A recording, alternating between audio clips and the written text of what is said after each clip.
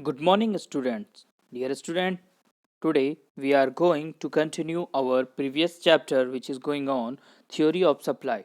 In the previous session, we studied about meaning of supply, difference between supply and stock, type of supply, and factors affecting supply. Dear student, in this session, we will study about supply schedule, supply curve, and the law of supply. Okay, my dear student, let us start with supply schedule. Dear students, supply schedule. If we talk about supply schedule, basically a supply schedule is a tabular statement that shows various quantities which producers are willing to produce and sell at various prices during a given period of time. Okay, dear student, it is basically a table. It may be an individual table or it may be a market table. Okay, there are two type of table. One is individual supply schedule and another is market supply schedule. It means one represents the supply by a single producer, and the second one, which is market supply schedule, it represents the supply of different commodities and services by different individuals in the market. Or we can say that it shows, it is the sum up of all the goods and services selling by different producers in the market. Okay, dear student, so that's why supply schedule is a tabular statement that shows the quantities which producers are willing to produce or sell at various prices during a given period of time. Okay, always note down that their price may be different. That's why here we are using the word various prices and a given period of time period is also given. Okay, student, now let us start with our first part, which is individual supply schedule.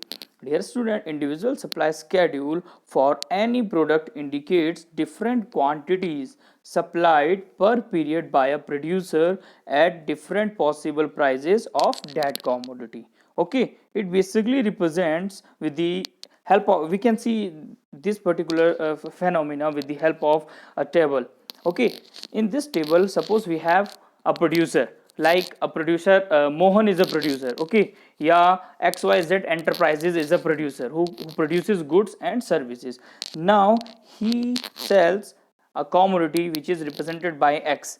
Now at different prices, you can see when price 2, 3, 4, 5, 6, at different prices different quantities of the commodity are supplied in the market.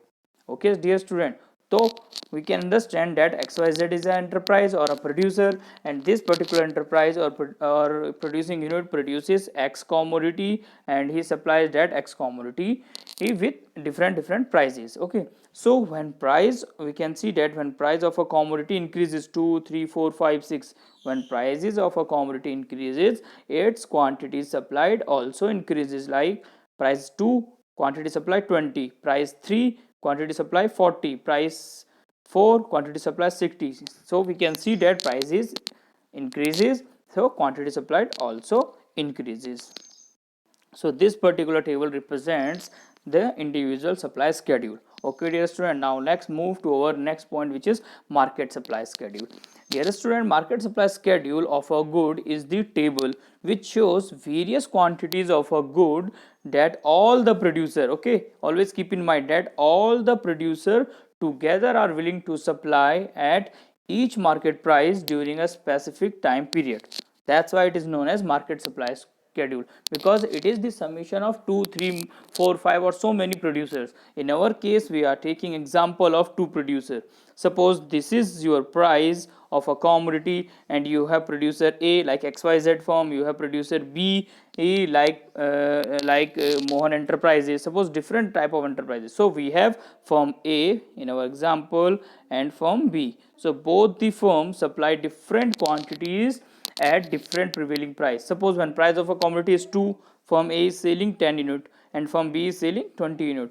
When price is 3, firm A is selling 20 unit and firm B is selling 30 unit. Similarly, when price is rupees 6, firm A supplies 50, firm B supplies 60. So when we sum up the product of both the enterprises or both the firm like A and B, these are two firms. So when we sum up the product of both the firm, then we get the market supply. Like in our example, when we add 10 and 20, okay, which is supplied by firm A and firm B when price is rupees 2. When we add up both the quantity, we get 30 as our market supply.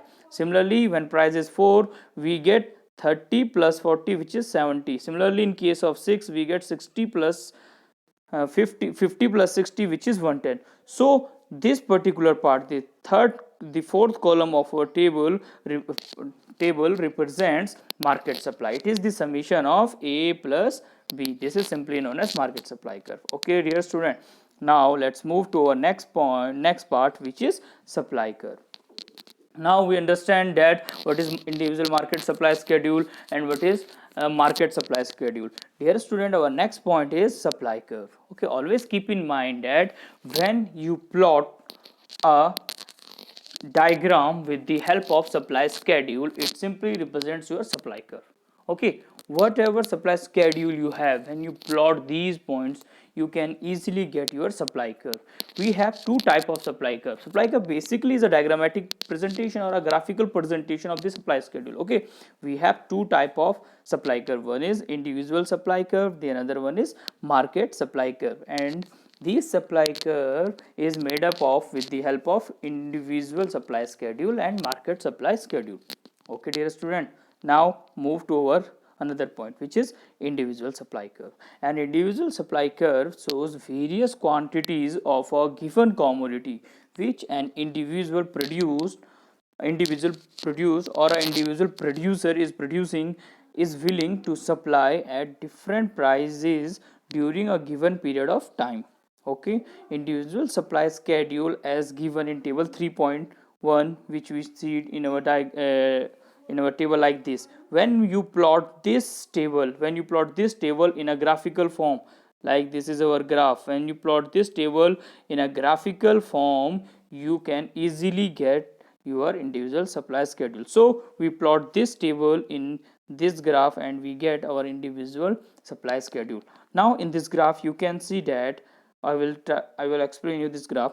We have two axes. Always remember that this axis is known as x-axis and this is your y-axis. X-axis represents your quantities, y-axis represents your price. So in our table we can see that we have price and quantity. So we have to plot prices on the prices point and quantity on the quantities point. So we plotted these point into this particular graph.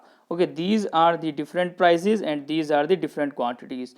When price is 1, when price 2, 3, 4, 5, 6, similarly quantities 20, 40, 60, 80, 110. Okay, we can easily see that when price is rupees 2, quantity is 40, when price is 3, quantity 40, when price is 4, quantity is 60, when price is 5, quantity is 80, when price is 6, quantity is 100. So different quantities, okay, at different prices. When we put a line by joining all these points, it simply represents our individual supply curve. Okay student, as you can see that when we sum up all these points, we get A, B, C, D and we get a individual supply curve. This is known as our individual supply curve. Okay student, I hope it is clear to you that with the help of table you can easily meet the individual supply curve, and our supply curve is always positive slope upward. Okay, this is always upward sloping and in positive in shape. This represents our supply curve.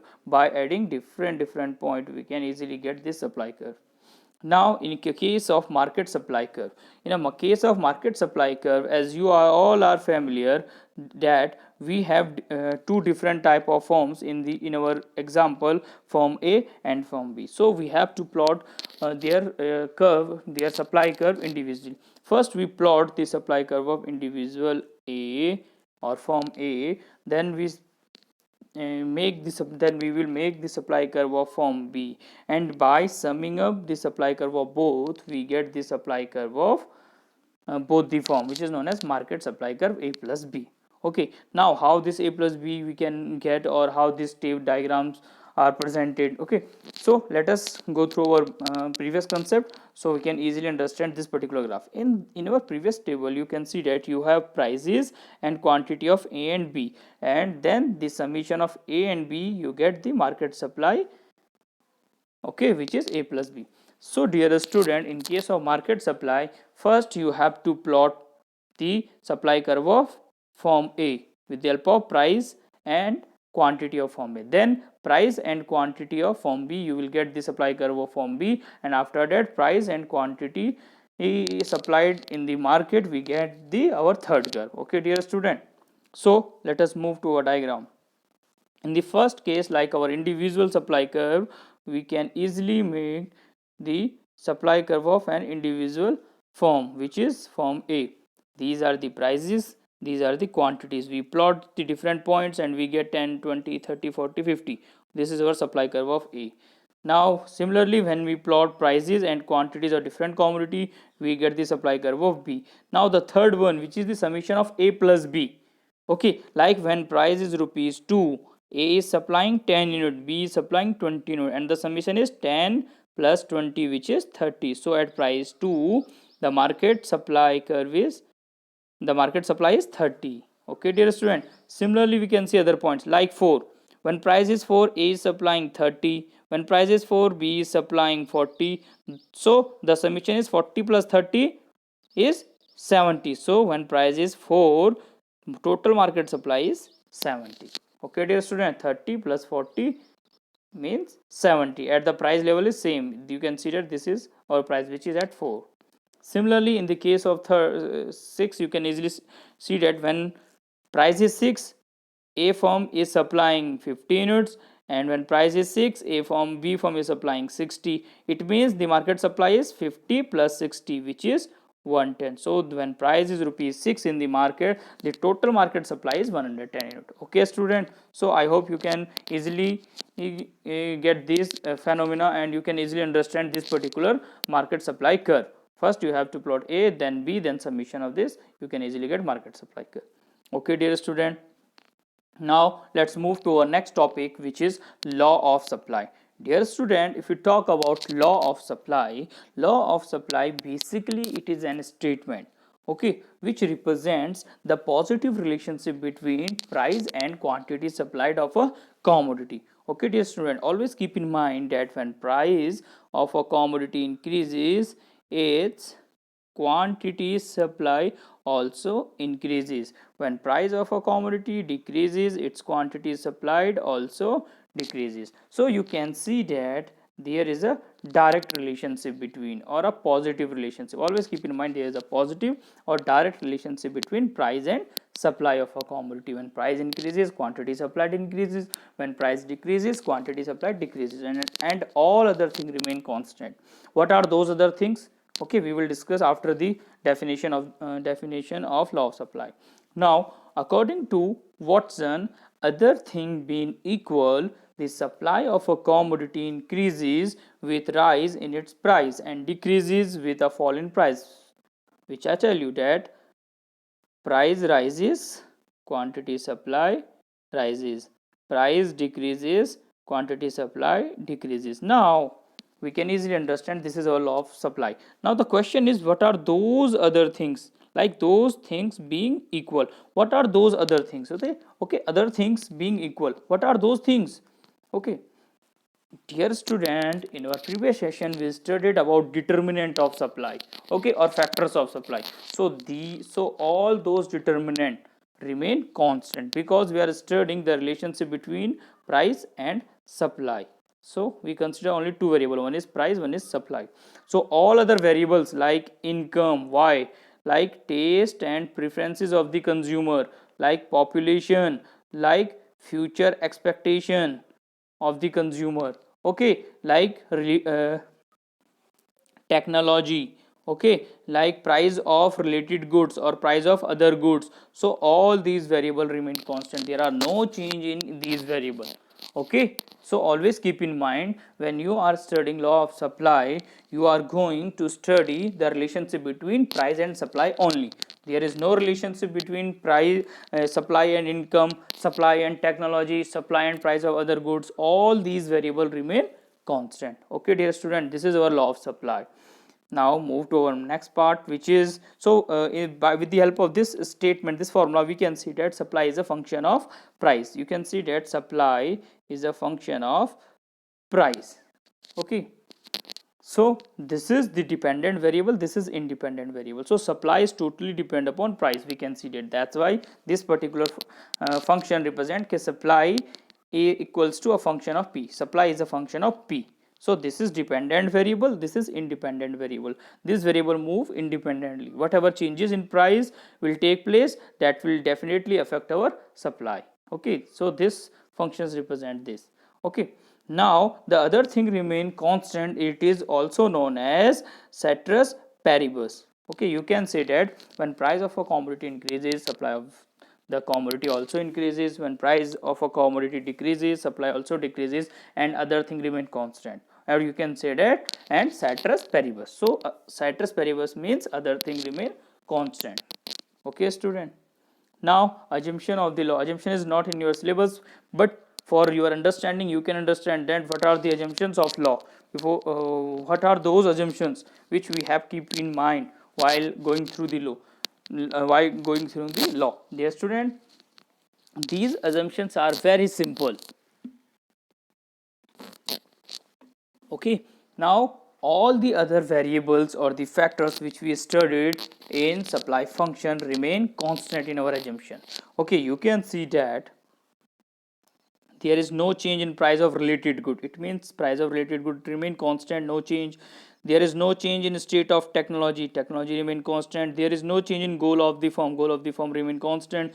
There is no change in price of factor of production. It means there is no change, no expectation change in price in the near prices. So all the other variable remain constant.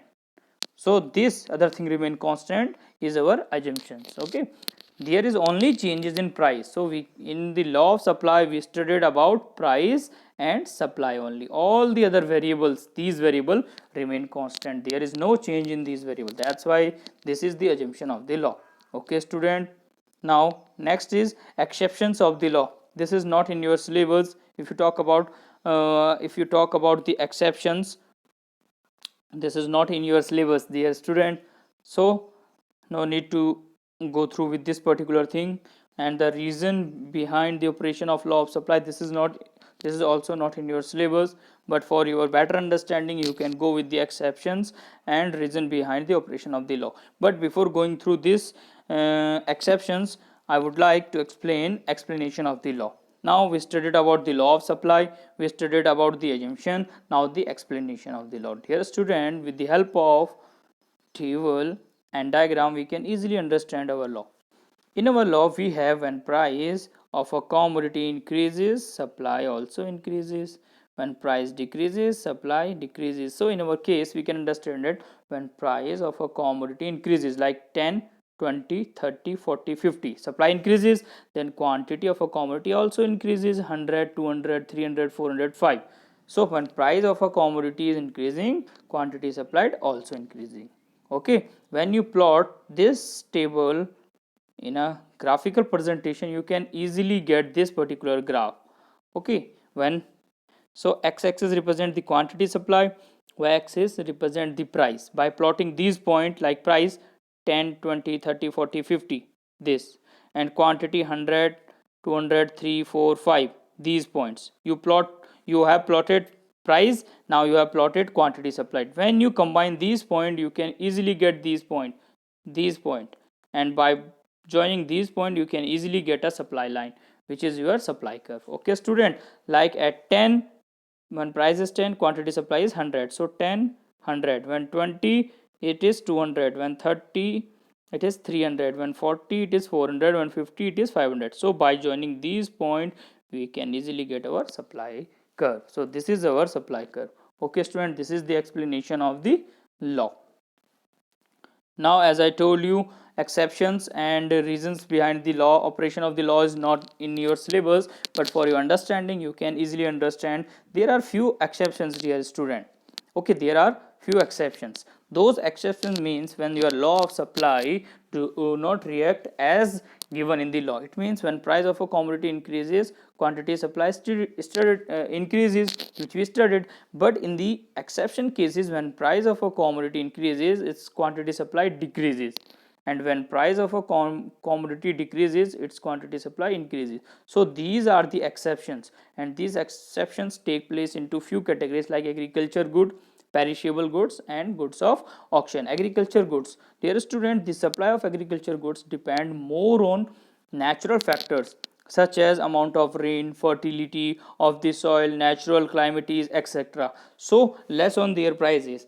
Okay, unki, so the output or the agriculture goods is depend less on the prices. So we cannot say that when price of wheat or rice increases, its quantity supply also increases. Maybe at that particular year there is no rain or there is some disaster, so when price increases, maybe the quantity supply decreases. So this is the reason. Next is perishable good. Perishable goods are those goods which may be used in within 1-2 days or within few hours. These are known as perishable goods. The supply of perishable goods like milk, vegetable, egg, fish, etc. is also not affected by their prices. Okay, seller cannot hold such good for long. Okay, you cannot wait for that. When price of milk increases, I will earn more profit, I will sell. When price of vegetable increases, I will sell more vegetable. It simply depend upon the other factors. Okay, like these are the very perishable goods. Okay, suppose you have 50 liter of milk and you have to sell the milk within 2-3 days, within 2 days or within 1 days only. Okay, otherwise it may be affected, it may be perishable. Okay, so you have to sell these goods. So this type of good is known as perishable goods. Now goods of auctions. Goods of auction are those goods which are in auction form, okay, which are for sale. Okay, so you cannot supply a more. When price of a good increases, in the case of auction, you have no choice to increase their supply. It may be there is no goods available or there is less quantity of goods available. So these are the three exceptions in which law of supply do not operate or does not operate, dear student. Now, reason behind the operation of the law. What are the reasons of behind the law, like why the supply curve is positively slope upward? Dear student, there are three basic reasons for upward sloping of this supply curve. Okay, these are: first, the level of profit. This is one of the basic reason. Level of profit means when price increases, a producer thinks that he will get more profit from the market. That's why he increases its production. That's why when price increases, production by the producer also increases. That's why supply increases. This is the basic reason. The second reason is entry of the new firm.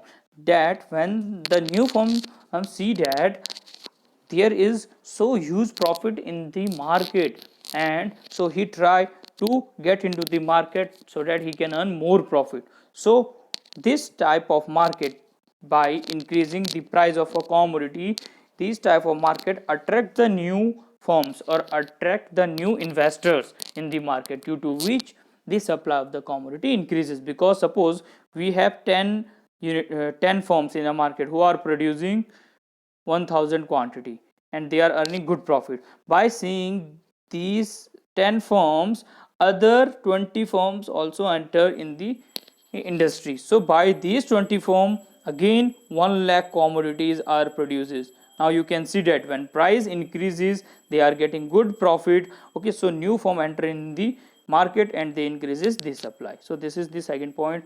And the last point is the change in stock. Change in stock is also the important point. Where there are high price, producers bring out their stock for sale. Okay, he wish to sell more, okay, or the available amount of stock which he have, he wish to sell. That's why the supply increases. Okay, in case price falls, then seller would like to increase their stock to avoid loss. Okay, when price decreases, he would not sell his available stock, he just pile up this stock, so that when price of a commodity increases in near future, he will sell the stock which he have. Okay student, so that's it for today. Dear student, in our next session, we will study about change in quantities supplied, which is movement along the supply curve, and shift in supply curve. Dear student, stay safe, stay healthy.